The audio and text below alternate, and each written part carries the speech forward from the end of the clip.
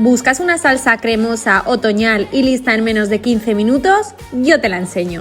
Coloca calabaza asada en un recipiente, un chorrito de aceite de oliva, ajo picado, sal, hierbas provenzales y orégano. A la freidora de aire 10 minutos. Mientras en una sartén, bacon cortado y deja que se dore. Saca la calabaza, tritúrala o cháfala con un tenedor, añade un poquito de caldo de verduras y mezcla con la pasta cocida. Deja que se cocine y que se impregne.